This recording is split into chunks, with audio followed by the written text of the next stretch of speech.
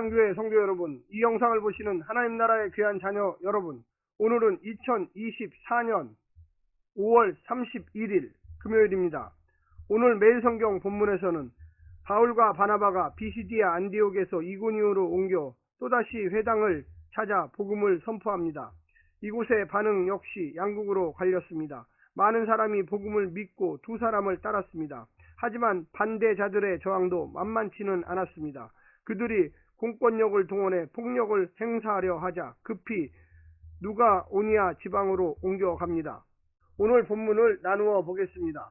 사도행전 14장 1절부터 7절 이고니온 전도, 해당 전도와 반응, 유럽의 누가오니아 지방으로 이동, 8절부터 18절 누스더라 전도, 걷지 못한 자 치유 기적, 무리가 두 사람을 신적 존재로 숭배를 저지하며 복음을 선포함. 오늘 본문 사도행전 14장 1절부터 18절 말씀을 듣고 다시 오겠습니다.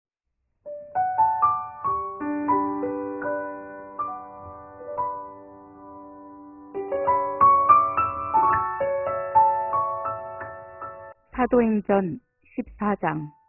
이에 이고니온에서 온 두 사도가 함께 유대인의 회당에 들어가 말하니 유대와 헬라의 허다한 무리가 믿더라. 그러나 순종하지 아니하는 유대인들이 이방인들의 마음을 선동하여 형제들에게 악감을 품게 하거늘 두 사도가 오래 있어 주를 힘입어 담대히 말하니 주께서 그들의 손으로 표적과 기사를 행하게 하여 주사 자기 은혜의 말씀을 증언하시니 그 시내에 무리가 나뉘어 유대인을 따르는 자도 있고 두 사도를 따르는 자도 있는지라. 이방인과 유대인과 그 관리들이 두 사도를 모욕하며 돌로 치려고 달려드니 그들이 알고 도망하여 루가오니아의 두 성 루스드라와 더베와 그 근방으로 가서 거기서 복음을 전하니라.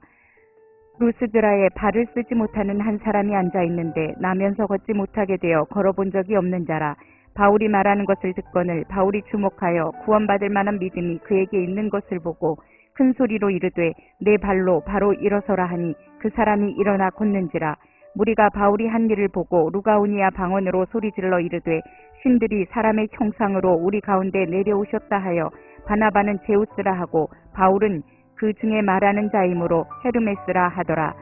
시외 제우스 신당의 제사장이 소와 화환들을 가지고 대문 앞에 와서 무리와 함께 제사하고자 하니 두 사도 바나바와 바울이 듣고 옷을 찢고 무리 가운데 뛰어 들어가서 소리질러 이르되 여러분이여 어찌하여 이러한 일을 하느냐. 우리도 여러분과 같은 성정을 가진 사람이라.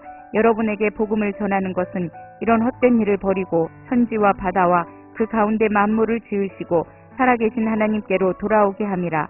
하나님이 지나간 세대에는 모든 민족으로 자기들의 길들을 가게 방임하였으니 그러나 자기를 증언하지 아니하신 것이 아니니 곧 여러분에게 하늘로부터 비를 내리시며 결실기를 주시는 선한 일을 하사 음식과 기쁨으로 여러분의 마음에 만족하게 하셨느니라 하고 이렇게 말하여 겨우 무리를 말려 자기들에게 제사를 못하게 하니라.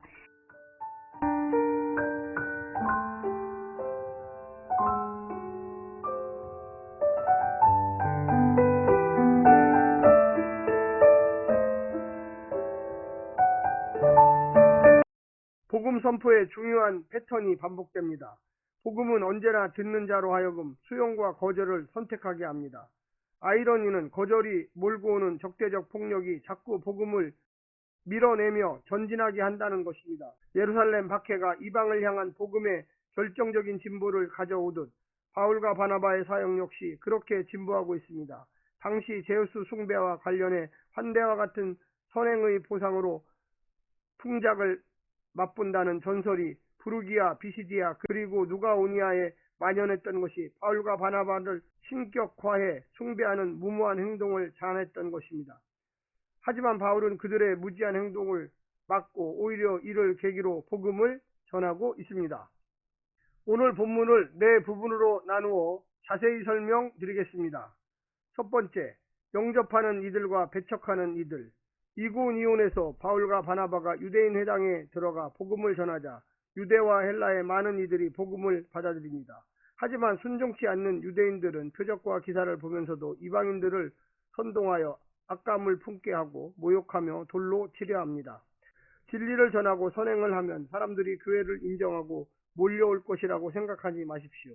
능력과 선행을 보고도 죽일 음모를 꾀하는 곳이 세상입니다. 중요한 것은 세상의 인정이 아니라 하나님의 뜻을 이행하려는 태도이며 배척에 주눅지 않는 용기입니다. 이끄시는 대로 도망하여 다시 복음을 전하려는 굽힘없는 자세입니다. 두 번째는 은혜의 말씀을 증언하는 표적.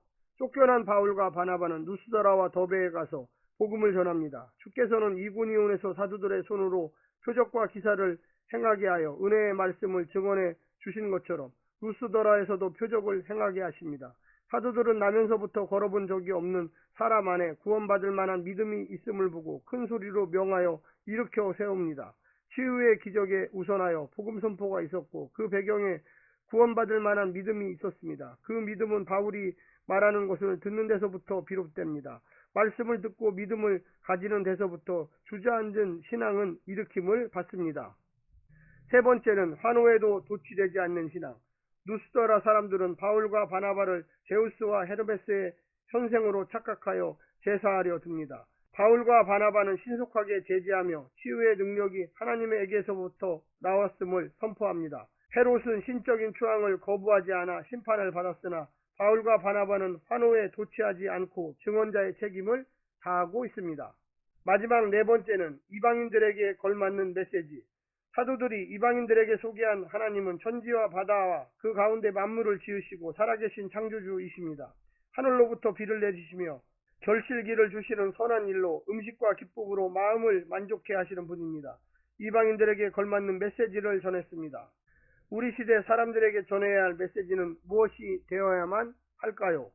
사랑하는 성도 여러분, 오늘 말씀을 통하여 하나님의 놀라운 은혜를 경험하시기를 간절히 부탁드립니다. 샬롬.